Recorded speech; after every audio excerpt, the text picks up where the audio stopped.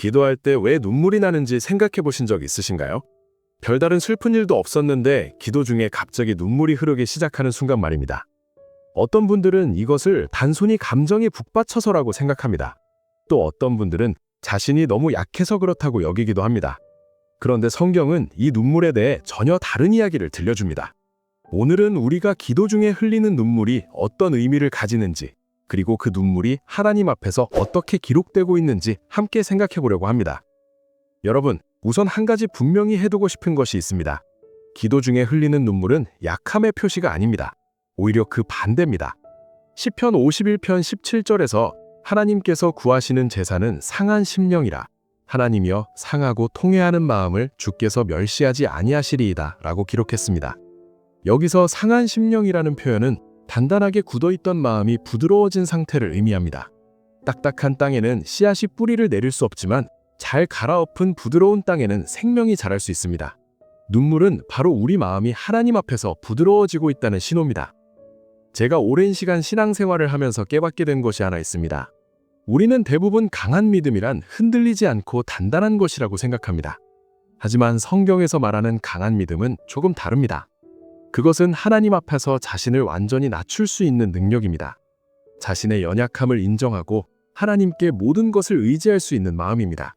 그런 의미에서 기도 중에 흘리는 눈물은 우리가 하나님께 더 가까이 다가가고 있다는 증거일 수 있습니다. 로마서 8장 26절에서 이와 같이 성령도 우리의 연약함을 도우시나니 우리는 마땅히 기도할 바를 알지 못하나 오직 성령이 말할 수 없는 탄식으로 우리를 위하여 친히 간구하시느니라 라고 말씀합니다. 여기서 말할 수 없는 탄식이라는 표현을 주목해야 합니다. 이것은 단순히 소리가 아닙니다. 우리의 이성과 언어로는 담아낼 수 없는 더 깊은 차원의 기도를 의미합니다. 그리고 때로 그 기도는 눈물의 형태로 나타납니다. 형제자매 여러분, 눈물이 흐를 때 우리는 종종 당황합니다. 왜 우는지 설명할 수 없기 때문입니다. 하지만 바로 그 지점이 중요합니다. 우리가 설명할 수 없다는 것은 우리의 이해를 넘어서는 일이 일어나고 있다는 뜻입니다. 성령께서 우리의 영혼 깊은 곳에서 일하고 계실 때 우리의 머리는 그것을 완전히 이해하지 못합니다. 다만 우리의 몸이 반응할 뿐입니다. 눈물은 그 반응의 하나입니다. 시편 56편 8절에는 정말 놀라운 약속이 기록되어 있습니다. 주께서 나의 유리함을 세셨으니 나의 눈물을 주의 병에 담으소서. 이것이 주의 책에 기록되지 아니하였나이까? 라고 말씀합니다. 이것이 무엇을 의미하는지 생각해 보셨습니까? 하나님은 우리가 흘린 모든 눈물을 기억하십니다. 그냥 보고 지나치시는 것이 아니라 하나하나 소중하게 모으시고 기록하십니다. 우리에게는 그저 흘러내린 물방울일 뿐이지만 하나님께는 그 하나하나가 의미 있는 기록입니다. 왜 하나님은 우리의 눈물을 그렇게 소중하게 여기실까요? 저는 이것이 눈물이 가진 특별한 성격 때문이라고 생각합니다. 눈물은 거짓을 담기 어렵습니다. 말은 꾸밀 수 있습니다. 행동도 연기할 수 있습니다. 하지만 진심에서 우러나오는 눈물은 꾸미기 어렵습니다. 특히 기도 중에 흐르는 눈물은 우리 마음의 가장 깊은 곳에서 나옵니다. 하나님께서 그 눈물을 소중히 여기시는 이유는 그것이 우리의 진실한 마음을 보여주기 때문입니다. 창세기 21장 16절에서 17절까지를 보면 하갈과 이스마엘의 이야기가 나옵니다. 가로되 아이가 죽는 것을 참아 보지 못하겠다 하고 살 한바탕쯤 가서 마주 앉아 바라보며 소리를 높여 우니 하나님이 그 아이의 소리를 들으셨으므로 하나님의 사자가 하늘에서부터 하갈을 불러 이르시되 하갈아 무슨 일이냐 두려워하지 말라 하나님이 거기 있는 아이의 소리를 들으셨나니 라고 기록되어 있습니다. 그들이 광야에서 물이 떨어져 죽게 되었을 때 아직 제대로 말도 하지 못했을 어린아이의 울음소리를 하나님께서 들으신 것입니다. 그리고 그 울음소리가 하늘을 움직였습니다. 하나님께서 하갈의 눈을 열어주셔서 그곳에 있던 우물을 보게 하셨고 그들은 살아났습니다. 이 이야기가 우리에게 주는 교훈은 무엇일까요? 눈물과 울음에는 하늘을 움직이는 힘이 있다는 것입니다. 말로 표현하지 못했던 절박함이 눈물로 표현될 때 하나님께서 그것을 들으십니다. 우리가 생각하기에는 그저 감정의 표출일 뿐이지만 영적인 차원에서는 강력한 기도가 되는 것입니다. 여러분, 그런데 여기서 한 가지 오해를 바로잡아야 할 것이 있습니다. 눈물이 있어야만 좋은 기도라는 뜻은 아닙니다. 어떤 분들은 기도할 때 눈물이 나지 않으면 자신의 기도가 부족하다고 생각합니다. 그것은 잘못된 생각입니다. 성경을 보면 다양한 형태의 기도가 나옵니다. 빌립보서 4장 6절에서 아무것도 염려하지 말고 다만 모든 일에 기도와 간구로 너희 구할 것을 감사함으로 하나님께 아뢰라고 말씀하십니다. 기쁨의 기도도 있고 감사의 기도도 있고 찬양의 기도도 있습니다. 모든 기도에 눈물이 필요한 것은 아닙니다. 다만 성령께서 특별히 우리 마음을 만지실 때 우리 자신도 설명할 수 없는 방식으로 눈물이 나올 수 있다는 것입니다. 중요한 것은 눈물 자체가 아니라 그 눈물이 나오게 된 마음의 상태입니다. 하나님 앞에 완전히 낮아진 마음, 자신의 모든 것을 내려놓은 마음, 하나님만 바라보는 마음이 중요합니다. 눈물은 그런 마음 상태가 겉으로 드러난 것일 뿐입니다. 그래서 눈물이 나지 않는다고 해서 기도가 부족한 것은 아닙니다. 다만 눈물이 날 때 그것을 부끄러워하거나 억지로 참을 필요도 없다는 것입니다. 시편 126편 5절에서 6절까지 눈물로 씨를 뿌리는 자는 기쁨으로 거두리로다. 울며 씨를 뿌리러 나가는 자는 반드시 기쁨으로 그 곡식단을 가지고 돌아오리로다 라고 말씀합니다. 이것은 매우 중요한 영적 원리를 담고 있습니다. 눈물은 씨앗과 같다는 것입니다. 농부가 씨를 뿌릴 때 그 씨앗은 땅에 묻혀 죽는 것처럼 보입니다. 하지만 시간이 지나면 그 씨앗에서 새로운 생명이 돋아납니다. 마찬가지로 우리가 기도 중에 흘린 눈물은 당장은 아무 의미 없어 보일 수 있습니다. 하지만 하나님께서는 그 눈물을 씨앗으로 받으시고 때가 되면 반드시 열매로 돌려주십니다. 제가 신앙생활을 하면서 배운 또 하나의 교훈이 있습니다. 하나님께서 일하시는 방식은 우리가 생각하는 것과 다를 때가 많다는 것입니다. 우리는 즉각적인 응답을 원합니다. 기도하면 바로 문제가 해결되기를 바랍니다. 하지만 하나님께서는 때로 우리를 기다리게 하십니다. 그리고 그 기다림의 시간 동안 우리 안에 더 깊은 변화를 만들어 가십니다. 눈물은 그 변화의 과정에서 나타나는 신호일 수 있습니다. 예레미야애가 3장 56절에서 주께서 이미 나의 음성을 들으셨사오니 주는 나의 탄식과 부르짖음에 주의 귀를 가리우지 마옵소서 라고 기록되어 있습니다. 예레미야는 자기 민족의 죄와 멸망을 보며 눈물로 기도했습니다. 그의 눈물은 단순히 슬픔의 표현이 아니었습니다. 그것은 중보의 눈물이었습니다. 다른 사람의 아픔을 자신의 아픔처럼 느끼고 그들을 위해 하나님께 간구하는 눈물이었습니다. 우리가 기도 중에 특정한 사람이나 상황이 떠오르며 눈물이 날 때가 있습니다. 그것은 하나님께서 우리를 통해 그 사람을 위해 중보하기를 원하시는 것일 수 있습니다. 여러분, 이것은 정말 놀라운 특권입니다. 하나님께서 우리를 그분의 일의 동역자로 부르시는 것입니다. 우리의 눈물을 통해 다른 사람을 위한 기도가 하늘에 올라갑니다. 우리가 의식하지 못했던 누군가의 필요를 성령께서 우리에게 알려주시고 우리가 그것을 위해 기도하게 하십니다. 그래서 기도 중에 갑자기 누군가가 생각나며 눈물이 날 때 그것을 무시하지 말아야 합니다. 그것은 성령께서 우리를 통해 일하시려는 신호일 수 있습니다. 누가복음 19장 41절에서 42절까지를 보면 가까이 오사 성을 보시고 우시며 이르시되 너도 오늘 평화에 관한 일을 알았더라면 좋을 뻔하였거니와 지금 네 눈에 숨겨졌도다 라고 기록되어 있습니다. 예수님께서 예루살렘을 보시며 우신 장면입니다. 예수님은 그 도시의 미래를 아셨습니다. 그들이 겪게 될 고난과 멸망을 보셨습니다. 그리고 그들을 위해 눈물을 흘리셨습니다. 하나님의 아들이신 예수님도 눈물을 흘리셨습니다. 눈물은 약함의 표시가 아닙니다. 오히려 깊은 사랑과 긍휼의 표현입니다. 우리가 기도 중에 눈물을 흘릴 때 우리는 예수님의 마음에 조금 더 가까이 다가가는 것입니다. 시편 30편 5절에서 그의 노여심은 잠깐이요 그의 은총은 평생이로다. 저녁에는 울음이 기숙할지라도 아침에는 기쁨이 오리로다 라고 말씀합니다. 이것은 눈물이 영원하지 않다는 약속입니다. 지금은 눈물의 시간일지 모르지만 반드시 기쁨의 때가 온다는 것입니다. 하나님께서는 우리의 슬픔을 기쁨으로 바꾸시는 분입니다.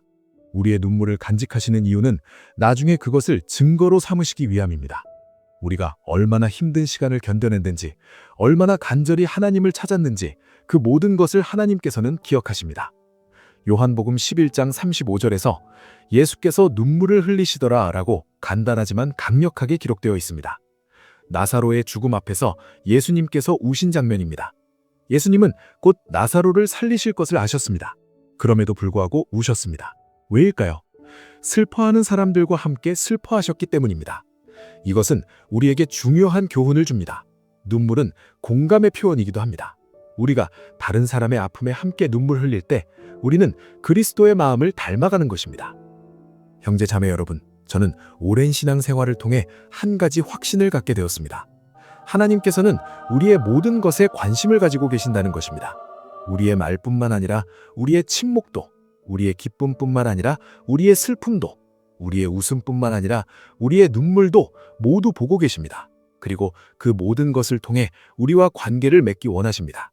눈물은 그 관계의 한 부분입니다. 이사야 61장 3절에서 무릇 시온에서 슬퍼하는 자에게 화관을 주어 그 죄를 대신하며 기쁨의 기름으로 그 슬픔을 대신하며 찬송의 옷으로 그 근심을 대신하시며 그들이 의의 나무 곧 여호와께서 심으신 그 영광을 나타낼 자라 일컬음을 받게 하려 하심이라 라고 약속하십니다. 하나님께서는 우리의 눈물을 보시고 그것을 기쁨으로 바꾸기를 원하십니다. 하지만 그 과정에는 시간이 필요합니다. 우리는 즉각적인 변화를 원하지만 하나님께서는 완전한 변화를 원하십니다. 그래서 때로 기다림이 필요한 것입니다. 고린도후서 1장 3절에서 4절까지 찬송하리로다. 그는 우리 주 예수 그리스도의 하나님이시요 자비의 아버지시요 모든 위로의 하나님이시며 우리의 모든 환난 중에서 우리를 위로하사 우리로 하여금 하나님께 받는 위로로서 모든 환난 중에 있는 자들을 능히 위로하게 하시는 이시로다 라고 말씀합니다. 이것은 우리의 눈물이 헛되지 않다는 또 다른 증거입니다. 우리가 기도 중에 흘린 눈물을 통해 배운 것들이 나중에 다른 사람을 돕는 도구가 됩니다. 우리의 아픔이 다른 사람의 치유에 사용되는 것입니다. 히브리서 5장 7절에서 그는 육체로 계실 때 자기를 죽음에서 능히 구원하시리에게 심한 통곡과 눈물로 간구와 소원을 올렸고 그의 경건하심으로 말미암아 들으심을 얻었느니라 라고 기록되어 있습니다. 예수님도 기도하실 때 눈물을 흘리셨습니다. 이것은 우리에게 무엇을 말해줍니까? 눈물 어린 기도가 하나님께 상달된다는 것입니다. 예수님께서 친히 그 길을 보여주셨습니다. 우리가 그분의 발자취를 따를 때 우리도 때로 눈물로 기도하게 될 것입니다. 저는 종종 생각합니다. 만약 하나님께서 정말로 우리의 눈물을 병에 담고 계신다면 그 병은 어떤 모습일까? 그리고 그 병을 보실 때마다 하나님께서는 무슨 생각을 하실까? 아마도 그것은 우리에 대한 하나님의 사랑을 확인하는 증거일 것입니다. 우리가 얼마나 하나님을 필요로 하는지, 얼마나 하나님께 의지하는지를 보여주는 표시일 것입니다. 요한계시록 21장 4절에서 모든 눈물을 그 눈에서 닦아주시니 다시는 사망이 없고 애통하는 것이나 곡하는 것이나 아픈 것이 다시 있지 아니하리니 처음 것들이 다 지나갔음이러라 하고 약속하십니다. 이것은 우리의 모든 슬픔과 아픔이 결국 끝날 것이라는 확신을 줍니다. 지금은 눈물의 시간일지 모르지만 언젠가는 더 이상 눈물이 없는 때가 올 것입니다. 그때까지 우리는 눈물을 두려워할 필요가 없습니다. 오히려 그것을 하나님과 더 깊이 교제하는 통로로 사용할 수 있습니다. 마태복음 5장 4절에서 예수님은 애통하는 자는 복이 있나니 그들이 위로를 받을 것이며 라고 말씀하셨습니다. 이것은 역설적인 말씀입니다. 애통하는 것이 어떻게 복일 수 있습니까? 하지만 영적인 차원에서 보면 이해가 됩니다. 애통할 줄 아는 사람은 자신의 부족함을 아는 사람입니다. 하나님의 위로가 필요함을 아는 사람입니다. 그리고 그런 사람에게 하나님께서는 친히 위로를 주십니다. 여러분, 기도 중에 눈물이 날 때 당황하지 마십시오. 그것을 억지로 참으려 하지도 마십시오. 대신 그 순간을 하나님과의 특별한 만남의 시간으로 받아들이십시오. 성령께서 우리 마음 깊은 곳을 만지고 계신다는 신호로 여기십시오. 그리고 그 눈물이 하나님의 병에 담기고 있다는 것을 기억하십시오. 우리의 눈물 하나하나가 하나님께는 소중한 기록입니다. 또한 우리는 다른 사람이 기도하며 우는 것을 볼 때 그것을 이상하게 여기지 말아야 합니다. 그들이 감정적이라고 판단하지 말아야 합니다. 오히려 그들이 하나님과 깊은 교제를 나누고 있다는 것을 이해해야 합니다. 우리 모두는 각자 다른 방식으로 하나님을 경험합니다. 어떤 사람은 말씀을 통해, 어떤 사람은 찬양을 통해, 어떤 사람은 눈물을 통해 하나님을 만납니다. 시편 42편 3절에서 사람들이 종일 나더러 하는 말이 네 하나님이 어디 있느냐 하니 내 눈물이 주야로 내 음식이 되었도다 라고 고백합니다. 그리고 그 시편 기자는 사슴이 시냇물을 찾듯이 하나님을 찾는다고 표현합니다. 이것은 하나님을 향한 깊은 갈망을 표현한 것입니다. 때로 우리의 눈물은 하나님을 향한 갈급함의 표현입니다. 우리 영혼이 하나님을 필요로 할 때 그것이 눈물로 나타나는 것입니다. 마지막으로 한 가지 더 말씀드리고 싶습니다. 눈물은 정직함의 표현이기도 합니다. 우리는 살면서 많은 가면을 쓰고 살아갑니다.